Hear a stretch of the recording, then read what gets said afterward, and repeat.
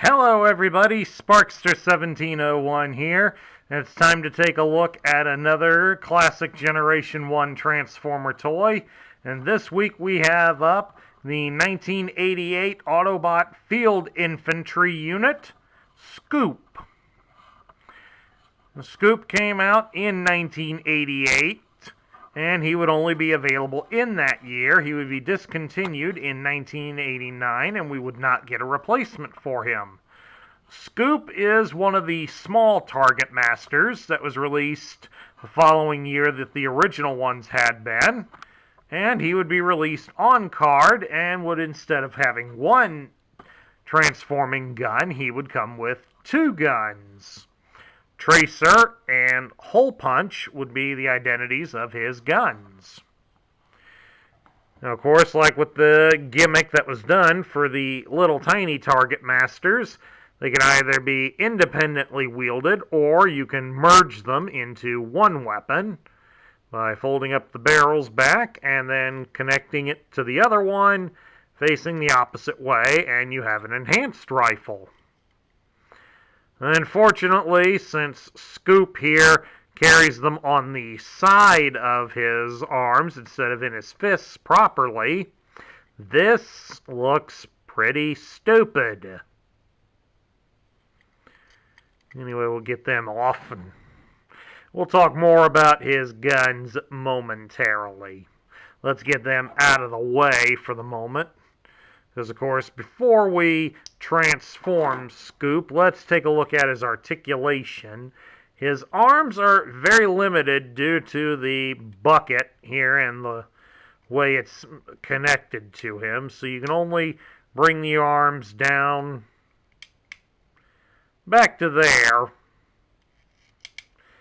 And they'll only raise up to about there due to the fact that the wheel here runs into the bucket. Now, I mean, if the bucket wasn't in the way, as you can see, you'd have full articulation, but unfortunately, the way he's designed, the bucket gets in the way. And, of course, you can also bend him at the knees here, like so, and he does stay up like that, so all we need now is some cover for him to hide behind. Alright, let's take a look at transforming him. First thing you're going to do is you will rotate his fists downward and inside. This one's a little stiff. There we go. Do it like that. Then you're going to get the shovel and you're going to fold it over his head and down across his chest for the moment. Because the next thing you're going to do is shift the arms downward and point the arms backwards. Then you'll fold this little canopy here up and over his head. Then now, he's got a joint at the hip that you will bend backward, like so. And then you will fold the arms straight up now. I'm sorry, skipped that step. Mainly to fold the legs in, and then you rotate the arms back so that they are in proper position. And there you have it. Scoop is a payloader.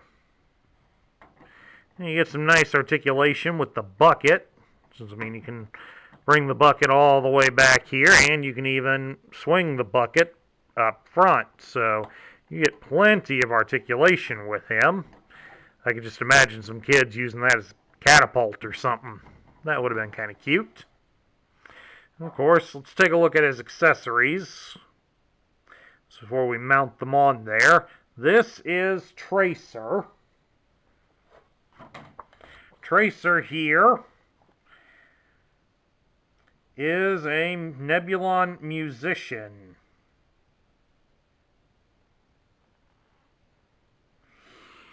Doesn't really get along with a lot of people. It's almost described as anarchic. But he does become a twin-guided Ion Blaster when you transform him, like so. Sit him down here in front for a moment. And then we have Hole Punch, who is described as an inefficient office manager. We've all known somebody like that, haven't we? He's got no managerial training, no people skills, and a bossy attitude. So you can imagine just how useful he is to the Autobot cause. Again, transform him into a gun. Just fold out the barrels. Let's see. It says here, Hole Punch is a dual compression cannon. Alright. Now with Scoop, you got some options here, because as you can see, you got a couple of holes back here at the rear of the vehicle, but you also, interestingly, have one up front. So, while it would restrict the use of the bucket, you could mount one there in front for frontal attacks, and then you've got one in the rear to act as a turret of sorts. I mean, it doesn't really, let's see, how well does it work if both of them are back here? Let's take a look. That's why it's got the hole in the front, folks, because both of them cannot really fit very well. I mean, I got Tracer in as far as he can go, and Hole Punch is just barely on there. I mean, on there somewhat secure, but any good motion, and he's off. But we can easily fix that by putting them in the big rifle mode and use the bucket as a shield, kind of like James Bond did in Casino Royale. And there you go. Let's go that route. Let's go that route here. Blocks the front, and there you go. Defensive front and offense at the rear. Not bad. Moving right along now, let's take a look at his file card, and this is a pretty interesting looking file card here. Predominantly here on the front it shows off the gimmick with the two guns. Right over here is where they would be, and here'd be where Scoop is in his payloader form. As you can see, this toy, when it originally came out, cost $8. Turn around here to the back side. Up here's his robot point. He was worth 1 point. And then we go through the instructions.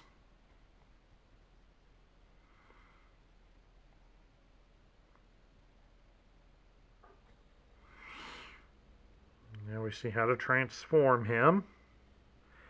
Kind of complicated, but just enough to make him interesting. And here how to merge them into the super gun.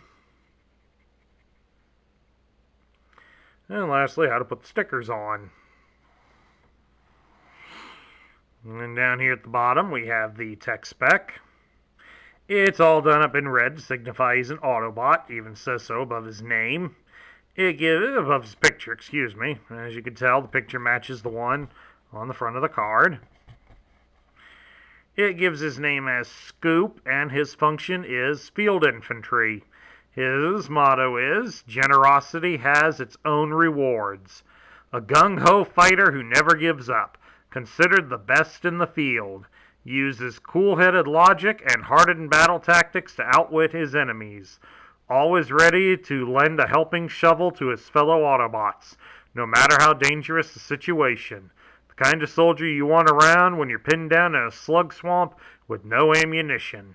Teamed with Tracer, who transforms into a twin laser-guided ion blaster, and Hole Punch, a former office manager turned military man who transforms into a steel-shattering dual compression cannon. Now this bio here makes Scoop sound like the kind of soldier everybody hopes to have around them. Scoop here is probably the guy that would be the one that everybody wants to save. Just like in those episodes, many of the episodes of MASH. You get tons of wounded all there, and everybody's always worried about the one guy. Is this guy going to make it? You operate on him first. This is that guy right here. That would be Scoop right there, the one everybody wants to go first. at medical. They could be laying there half in pieces, and they want Scoop to go before them. Okay, before we get out of all the silliness, let's take a look here at the tech spec grid, and you may notice something interesting here. We got a direct straight line. Now, in a few more of my videos, you'll see some more that are getting more straight instead of wobbling everywhere like they used to be. Don't know why that was. Okay, it says here his strength is 7, his intelligence is 8, his speed is 3, his endurance and rank are 6 because of that straight line, his courage is 9, and his firepower and skill, again another straight line, is 8. So Scoop definitely lives up to his reputation on his stats. Now we get down to my thoughts. What do I think of him? Scoop is kind of an essential cog for the Autobot army. With his specialty being field infantry, that makes him a slight step up from the generic warrior that we were always getting in the earlier days. With him specializing in a lot of the various tactics, that definitely makes him the ideal soldier to have on the battlefield. Now, the fact that he has 2 guns means he could probably be a Rambo type, run around and shoot everything in sight, but given the fact that his guns are actually a couple of human characters in battle suits, that may limit his effectiveness a little bit, because they may decide that they want to do things differently. So that kind of goes against him.